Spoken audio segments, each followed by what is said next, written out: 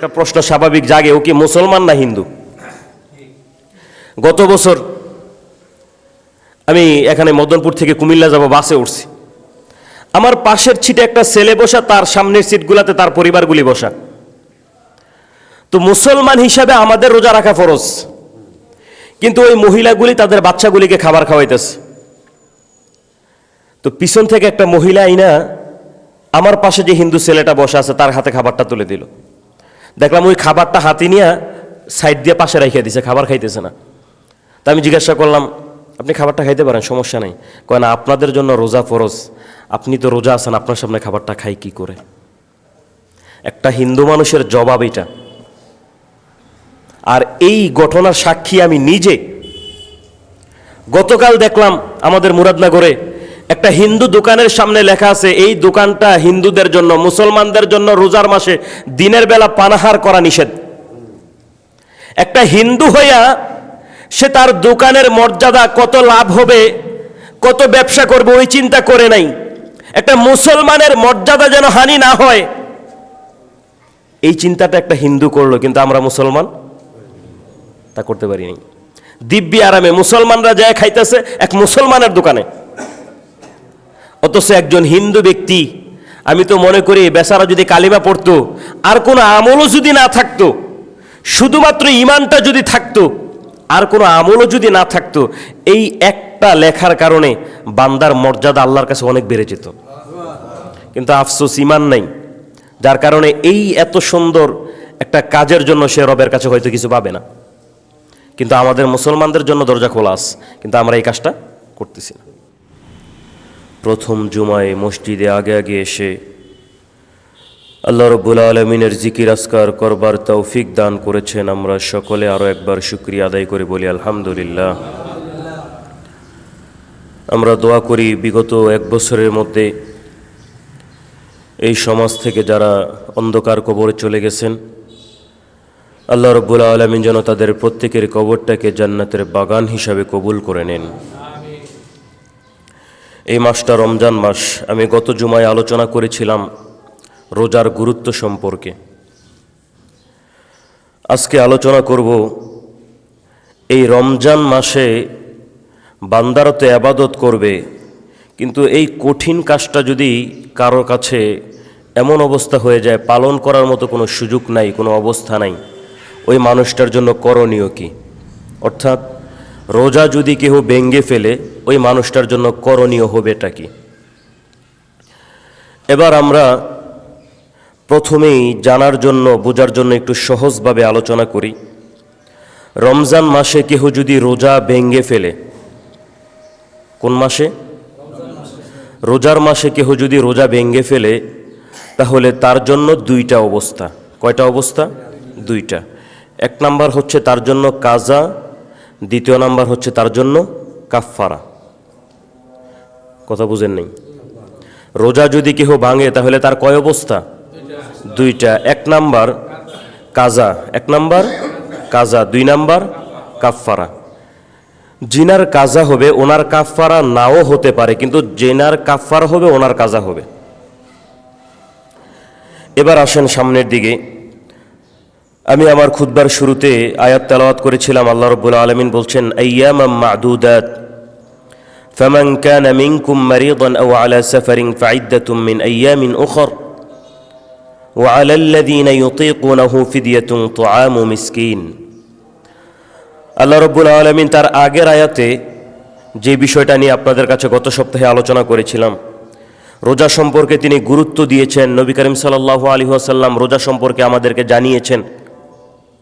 এবার আল্লাহ রাব্বুল আলামিন বলছেন কয়েকটি বিষয়, এই যে তোমাদের উপরে আমি রোজাকে ফরজ করে দিলাম, দিনের বেলা উপাস থাকতে হবে, আল্লাহর ইবাদত করতে হবে, আল্লাহর নৈকট্য অর্জন করতে হবে। কোনো কারণে কেহ যদি এই রোজাটা রাখতে অক্ষম হয়ে যায়, অসুস্থ হয়ে গেল, আল্লাহ রাব্বুল আলামিনের ভাষায় ওয়ালাল্লাযীনা ফামান কানা মিনকুম মারিদান আও আলা সাফারিন ফাইদ্দাতুম মিন আইয়ামিন উখর। এখানে তিনটি অবস্থা আল্লাহ রাব্বুল আলামিন বর্ণনা করেছেন। এক নাম্বার, কেউ যদি অসুস্থ হয়ে যায়, এমন অসুস্থ যে অসুস্থতার কারণে ব্যক্তি রোজা রাখতে পারল না। দ্বিতীয় নাম্বার, ব্যক্তির উপরে রোজা ফরজ, কিন্তু ব্যক্তি মুসাফির অবস্থায় আছে, সফরকারী অবস্থায় আছে। তৃতীয় নাম্বার, রোজাটা কখন থেকে শুরু হবে গণনা করতে গিয়ে যদি ভুল হয়ে যায়। বর্তমান সময়ে যদিও আমাদের কাছে আধুনিক বিজ্ঞান আছে, আমরা চাঁদ সম্পর্কে আগে থেকে অবগত হয়ে যাই। একটা সময় এমন ছিল বিজ্ঞানের ছোঁয়া এত উৎকর্ষ ছিল না। ওই সময়ের জন্য আল্লাহ রাব্বুল আলামিন বিধানটা কেমন হবেন সেই বিষয়টাও পবিত্র কালামে হাকিমের মধ্যে তুলে দিয়েছেন। সুবহানাল্লাহ পড়েন। যেমন আল্লাহ রাব্বুল আলামিনের আদেশ পালন করার সুন্দর একটা নিয়ম আছে। যেই জায়গার মধ্যে আল্লাহর আদেশের বিধান পাওয়ার জন্য কয়েকটা শর্ত দেওয়া থাকে। যেমন আল্লাহ রাব্বুল আলামিন বলছেন সুম্মা আতিম্মুস সিয়ামা ইলাল লাইল, তোমরা রোজাটাকে পূর্ণ করো, অর্থাৎ সারাটা দিন তোমরা উপাস থাকো, রাত্রিবেলা তোমরা খাবার আহার যা কিছু করার দরকার হালালভাবে সব কিছু তোমরা করতে পারো। এবার পৃথিবীর এমনও কোথাও জায়গা আছে যেই জায়গার মধ্যে দেখা যায় সূর্য উঠলে পরে 2 দিন 3 দিন আমাদের সময়ের তুলনায় থাকে, আবার সূর্য ডুবে গেলে 2 দিন 3 দিন অন্ধকার থাকে। ওই মানুষগুলি কিভাবে পালন করবে? যে মানুষগুলির উপরে স্বভাবটাই পড়ে নাই, আচ্ছা বলেন তো একটা মানুষ 2 দিন 3 দিন না খেয়ে থাকা কি সম্ভব? সম্ভব না। অতএব ওই মানুষগুলির উপরে রমজান মাসের রোজাও ফরজ না। সুবহানাল্লাহ পড়বেন না। স্বভাব পাওয়া যায় নাই, ব্যক্তির জন্য কষ্ট হয়ে যাবে। আমরা সাধারণত 14 ঘন্টা 16 ঘন্টা রোজা রাখলে আমাদের অবস্থা খারাপ হয়ে যায়। যদি 2 দিন 3 দিন পর্যন্ত সূর্যই না ডুবে, শর্ত তো হচ্ছে দিনের বেলা রোজা রাখতে হবে, অর্থাৎ যতক্ষণ সূর্য থাকবে। এখন এই ঘন্টা যদি 48 ঘন্টা হয়ে যায়, 72 ঘন্টা যদি হয়ে যায়, মানুষ তো মারা যাবে। অতএব শরীয়তভাবে ওই মানুষগুলির উপরে রোজা ফরজ না। যদিও রমজান মাস তাদের কাছে আগমন করেছে, কিন্তু সময় ব্যাপক হওয়ার কারণে ওই মানুষগুলোর কাছে রোজা ফরজ না। এখন কাজা তারা কিভাবে করবে, কাফারা কিভাবে করবে, এটা তো তারা তাদের নিজেদের কারণে রোজা ভঙ্গ করে নেই। এটা আল্লাহর সৃষ্টি জগতের একটা মাধ্যম, প্রক্রিয়ার মাধ্যমে আল্লাহ রাব্বুল আলামিন তাদের উপরে এমনভাবে তৈরি করে দিয়েছেন। আল্লাহ রাব্বুল আলামিন এই কারণে বলেছেন ফামান কানা মিনকুম মারিদান আও আলা সাফারিন ফাইদ্দাতুম মিন আইয়ামিন উখর ওয়া আলাল্লাযীনা ইউতীকুনাহু ফিদয়াতুন তুআমু মিসকিন। কিছু কিছু অবস্থা এমন হবে যে অবস্থাগুলি বান্দার হাতে থাকবে না, বান্দার কন্ট্রোলে থাকবে না। ওই বিষয়গুলিকে আল্লাহ রাব্বুল আলামিন বান্দাদের উপরে সহজ করে দিয়েছেন। সুবহানাল্লাহ। হাফেজ সাহেব জানলাগুলো চাপেন।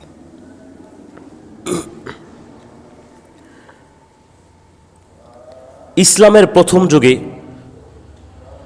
যখন এই রোজা ফরজ হয় নাই, রোজার আয়াতগুলি নবী করিম সাল্লাল্লাহু আলাইহি সাল্লামের উপরে নাজিল হয় নাই, তার আগে মুসলমানরা যখন রোজা রাখত, ওই সময় আশুরার যে রোজা ছিল ওই রোজার উপরে গুরুত্ব দেওয়া হয়েছিল।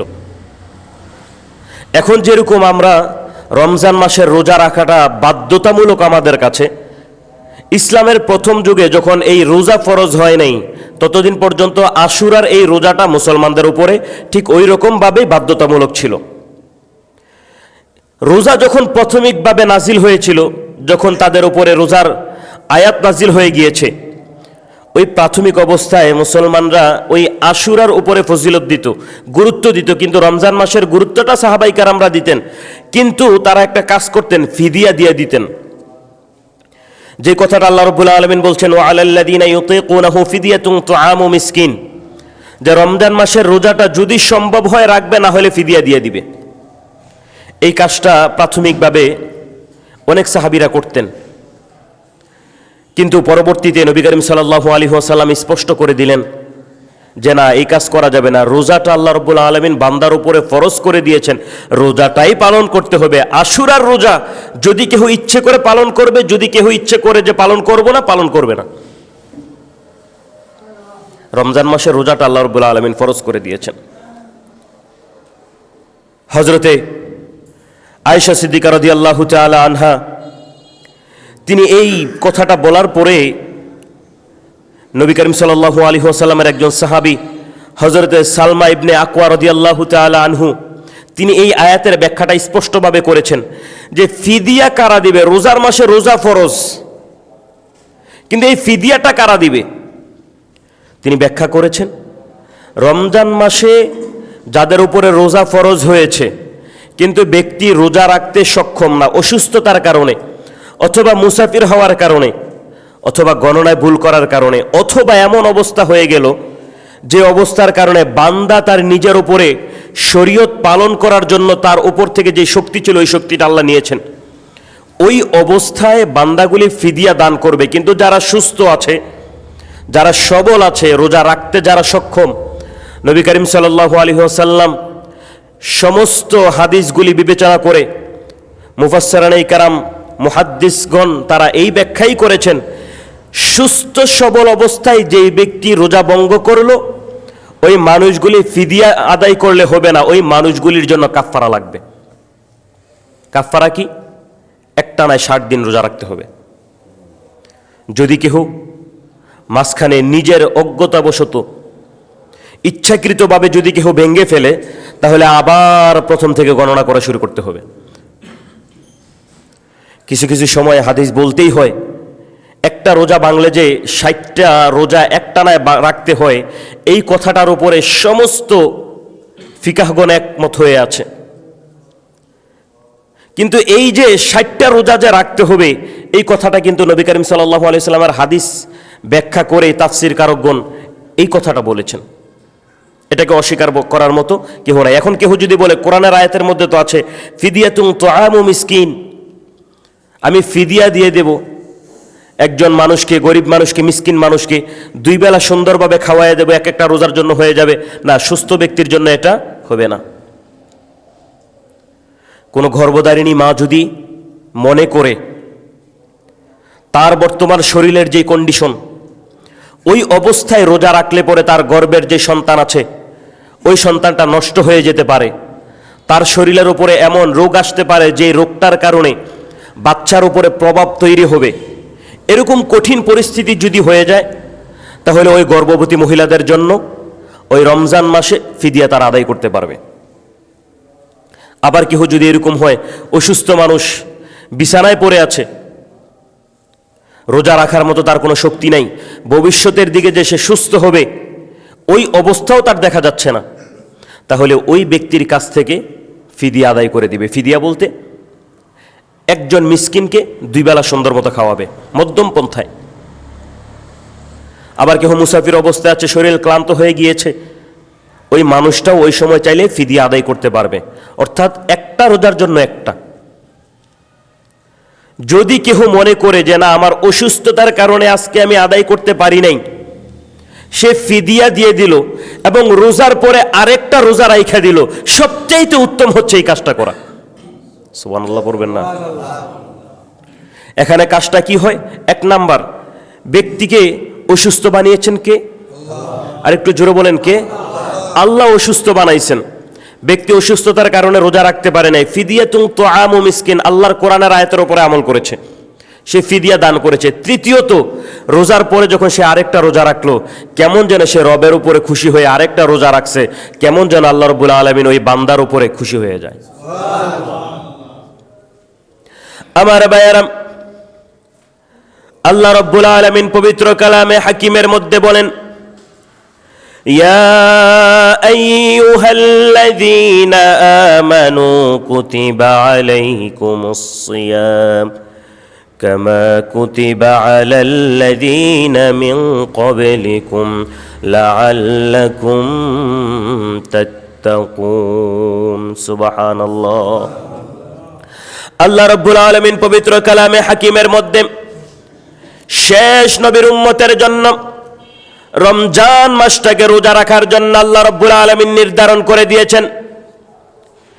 এই মাসের মধ্যে প্রত্যেকটা বান্দা দিনের বেলা উপবাস থেকে আল্লাহর শুকরিয়া আদায় করবে আর আল্লাহর জিকির আজকার করবে, আল্লাহর ইবাদত করবে। আল্লাহ রাব্বুল আলামিন বলেন, যে বান্দাগুলি দিনের বেলা রোজা রাখবে, রাত্রে বেলা আমি রবের ইবাদত করবে, আমি আল্লাহ রাব্বুল আলামিন ঘোষণা দিয়ে দিলাম তাদের সমস্ত গুনাহগুলি মাফ করে দিলাম। নবী করিম সাল্লাল্লাহু আলাইহি ওয়াসাল্লাম সাহাবায়ে কেরামদের কাছে রোজার ব্যাপারে যখন বলতেছিলেন, ইসলামের প্রথম যুগে সাহাবায়ে কেরামরা যখন ফিদিয়াতুন তুআমু মিসকিন এই শব্দটাকে স্বাভাবিকভাবে নিয়েছিল, অর্থাৎ রোজার মাসে ফিদিয়া দিয়ে দিলেই হবে। এই কথাটা যতক্ষণ পর্যন্ত তাদের ভিতরে ছিল ততক্ষণ পর্যন্ত নবী করিম সাল্লাল্লাহু আলাইহি ওয়াসাল্লাম সাহাবায়ে কেরামরা নবীর কাছে এসে জিজ্ঞাসা করতেন, অমুক সাহাবী তো এই কাজটা করেছে, অমুক সাহাবী এই কাজ করেছে। নবী করিম সাল্লাল্লাহু আলাইহি ওয়াসাল্লাম তিনি সহজভাবেই বলে দিলেন, রমজান মাসকে আল্লাহ রাব্বুল আলামিন সহজ করে দিয়েছেন, কঠিন করেন নাই। সুস্থ ব্যক্তি যারা আছে তারা দিনের বেলা রোজা রাখবে, আল্লাহর নৈকট্য অর্জন করার চেষ্টা করবে। রোজার মাসকে আল্লাহ রাব্বুল আলামিন বান্দাদের জন্য এত সহজ করে দিয়েছেন, এত নিয়ামত দিয়েছেন। এই মাসে বান্দারা যদি একবার আল্লাহকে ডাক দেয়, অন্যান্য মাসে 70 বার ডাক দেওয়ার মতো সমান হয়ে যায়। আল্লাহ রাব্বুল আলামিন রমজান মাস ছাড়া অন্যান্য মাসের ব্যাপারে বলেছেন, এক একটা বান্দা যদি নেক আমল করে হয়তো 10 দেওয়া হবে, সর্বোচ্চ 70 দেওয়া হবে। কিন্তু আল্লাহ রাব্বুল আলামিন এই রমজান মাসে যেই বান্দাগুলি আল্লাহর ইবাদত করবে, আল্লাহ রাব্বুল আলামিন বলেন, নবী করিম সাল্লাল্লাহু আলাইহি ওয়াসাল্লাম বলেন, রমজান মাসে যে বান্দা একবার ছোট্ট একটা নেক আমল করবে, এক একটা নেক আমল কেমন যেন আল্লাহ রাব্বুল আলামিন অন্যান্য 70টা নেক আমলের মতো সর্বনিম্ন হিসাবে কবুল করে নেয়। আল্লাহ রাব্বুল আলামিন অন্যান্য মাসে প্রত্যেকটা বান্দার ইবাদত শুরু করেন শুধুমাত্র নফল দিয়ে, তারপরে সুন্নত, তারপরে ওয়াজিব, তারপরে ফরজ। কিন্তু আল্লাহ রাব্বুল আলামিন রমজান মাসের এক একটা নফলের ইবাদতের মর্যাদা এত বেশি বাড়িয়েছেন, অন্যান্য মাসে একটা ফরজের যতটা সমতুল্য, রমজান মাসে একটা নফল ইবাদত করলে ঠিক ওই পরিমাণে সওয়াব বান্দার আমল নামায় দিয়ে দেওয়া হয়। আপনি অন্যান্য মাসে ইবাদত করলেন, নফল হবে অথবা সুন্নত হবে অথবা ওয়াজিব হবে অথবা ফরজ হবে, কিন্তু শুরুটা হয় নফল থেকে। কিন্তু রমজান মাসে আল্লাহ রাব্বুল আলামিন বান্দার ইবাদতের সওয়াবটা এমনভাবে দেন, যদিও শব্দটা নফল, কিন্তু এই রমজান মাসের একটা নফলের সওয়াব অন্যান্য মাসের ফরজের সমতুল্য হয়ে যায়। অর্থাৎ মর্যাদার দিক থেকে, গুণগত না, মর্যাদার দিক থেকে আল্লাহ রাব্বুল আলামিন একটা নফলের মর্যাদার সওয়াব অন্যান্য মাসের ফরজের সমতুল্য হিসাবে আল্লাহ রাব্বুল আলামিন কবুল করেন। সুবহানাল্লাহ। রমজান মাস আল্লাহ রাব্বুল আলামিন বান্দাদের কাছে তাকায় থাকেন, বান্দারা চাবে কি আর রব দিবে কি। সুবহানাল্লাহ। এই মাসটা আল্লাহ রাব্বুল আলামিন বান্দাদের কাছে প্রেম বিনিময় করার জন্য, বান্দাদেরকে মুহাব্বত করার জন্য, ভালোবাসার জন্য, বান্দারা যেন রবের অতি নিকটে চলে যেতে পারে, অতি পছন্দনীয় হতে পারে, আল্লাহ রাব্বুল আলামিন এই কারণেই রমজান মাসটা দিয়েছেন। সুবহানাল্লাহ। আমরা হাদিস জানি, আল্লাহ রাব্বুল আলামিন নবী করিম সাল্লাল্লাহু আলাইহি ওয়াসাল্লাম বলছেন, আস-সাওমু লি ওয়া আনা আজজি বিহি। রমজান মাস ছাড়া বাকি যত ইবাদত আছে আমাদের দুই কাঁধে দুইটা ফেরেশতা আছে, ভালো কাজ করছে তাদের কাছে হিসাব দেওয়া আছে। যদি বান্দা এই আমলটা করে এইটার জন্য এই সওয়াবটা লিখবা, এত পার্সেন্ট লিখবা, এতটা সওয়াব দিবা। কথা বুঝেন নাই? রমজান মাস ছাড়া আপনি কোন নেক আমলটা করবেন, প্রত্যেকটা নেক আমলের জন্য আল্লাহ রাব্বুল আলামিন এক একটা গ্রেড দিয়ে রেখেছেন। মনে করেন আপনি নফল নামাজ পড়লেন, ফেরেশতাকে বলে দিলেন, ফেরেশতা একটা নফল নামাজের জন্য 10টা সওয়াব লিখবা, উদাহরণ দিলাম। আপনি যখন সুন্নত পালন করলেন তখন ফেরেশতাদেরকে বলা আছে, শোনো, একটা সুন্নতের জন্য 50টা নেকি দিবা। আবার বলা হয়েছে যে ফরজের জন্য, ওয়াজিবের জন্য 60টা দিবা। যদি এটা ফরজ হয় 70, 80, একটা উদাহরণ দিয়ে বুঝালাম। কিন্তু রমজান মাসের ব্যাপারে আল্লাহ রাব্বুল আলামিন বলছেন, ফেরেশতা কলম লেখার দরকার নাই, কলম বন্ধ করে রাখো, রমজান মাস বন্ধ থাকবে, বান্দা কোন নেক আমলটা করছে শুধু নেক আমলটা লিখে রাখো, সওয়াব আমি আল্লাহ রাব্বুল আলামিন হাসরের ময়দানে দেব। এটার ব্যাপারে আর কোনো সংখ্যা দেওয়া নাই, সংখ্যা দেওয়া নাই। আল্লাহ বলে রেখেছেন শুধুমাত্র লিখে রাখবা। রমজান মাসে রোজা রেখেছে, দিনের বেলা কোরআন তেলাওয়াত করেছে, রাত্রিবেলা খতম তারাবি পড়েছে, ইফতারির আগে ইফতারি মানুষের কাছে বিলীন করে দিয়েছে। সওয়াব কত দেওয়া লাগবে? খবরদার ফেরেশতা লেখা যাবে না, কারণ as-sawmuli wa ana ajzi bi, বান্দা আমার জন্য রোজা রাখে, বান্দা আমাকে পছন্দ করে এই রোজাটা রেখেছে, আমি আল্লাহ রাব্বুল আলামিন বান্দার উপরে খুশি হয়ে বান্দাকে যত নেক দেওয়া দরকার আমি আল্লাহ রাব্বুল আলামিন দান করব।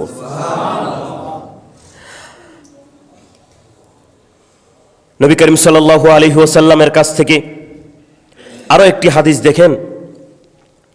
ইবনে আবি লাইলা রাহমাতুল্লাহি আলাইহি, তিনি একজন অনেক বড় মাপের আলেম ছিলেন, মুহাক্কিক আলেম ছিলেন।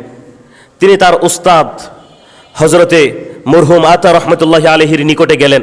রমজান মাসে তিনি যায়া দেখলেন যে এত বড় একজন মুহাক্কিক আলেম রমজান মাসে দেখা করতে গেছেন, যায়া দেখেন তিনি খাবার খাইতেছেন। হযরতে আবু লাইলা রাহমাতুল্লাহি আলাইহি তিনি চিন্তা করলেন, এত বড় একজন মুহাক্কিক আলেম তিনি দিনের বেলা রোজা না রাইখা খাবার খাইতেছেন, জিনিসটা কেমন দেখা যায়। উনি নিজের ভিতরে একটু কেমন যেন করতে লাগলেন, এত বড় একজন আলেম, জগৎ বিখ্যাত আলেম। তো হযরত আতা রাহমাতুল্লাহি আলাইহি তিনি তার শাগরেদের অবস্থা বুঝতে পারলেন, কিন্তু হযরত আবু লাইলা কোনো প্রশ্ন করেন নাই। সাথে সাথে হযরত আতা রাহমাতুল্লাহি আলাইহি তিনি বললেন, আমি জানি তোমার ভিতরে কি প্রশ্ন স্বাভাবিক জাগে, ও কি মুসলমান না হিন্দু। গত বছর আমি এখানে মদনপুর থেকে কুমিল্লা যাব, বাসে উঠছি। আমার পাশের সিটে একটা ছেলে বসা, তার সামনের সিটগুলাতে তার পরিবারগুলি বসা। তো মুসলমান হিসাবে আমাদের রোজা রাখা ফরজ, কিন্তু ওই মহিলাগুলি তাদের বাচ্চাগুলিকে খাবার খাওয়াইতেছে। তো পিছন থেকে একটা মহিলা আইনা আমার পাশে যে হিন্দু ছেলেটা বসা আছে তার হাতে খাবারটা তুলে দিল। দেখলাম ওই খাবারটা হাতে নিয়ে সাইড দিয়ে পাশে রেখে দিছে, খাবার খাইতেছে না। তা আমি জিজ্ঞাসা করলাম, আপনি খাবারটা খাইতে পারেন, সমস্যা নেই। কয় না, আপনাদের জন্য রোজা ফরজ, আপনি তো রোজা আছেন, আপনার সামনে খাবারটা খাই কি করে। একটা হিন্দু মানুষের জবাব এটা। আর এই ঘটনার সাক্ষী আমি নিজে। গতকাল দেখলাম আমাদের মুরাদনগরে একটা হিন্দু দোকানের সামনে লেখা আছে, এই দোকানটা হিন্দুদের জন্য, মুসলমানদের জন্য রোজার মাসে দিনের বেলা পানাহার করা নিষেধ। একটা হিন্দু হইয়া সে তার দোকানের মর্যাদা, কত লাভ হবে, কত ব্যবসা করবে ওই চিন্তা করে নাই। একটা মুসলমানের মর্যাদা যেন হানি না হয় এই চিন্তাটা একটা হিন্দু করলো, কিন্তু আমরা মুসলমান তা করতে পারি নাই।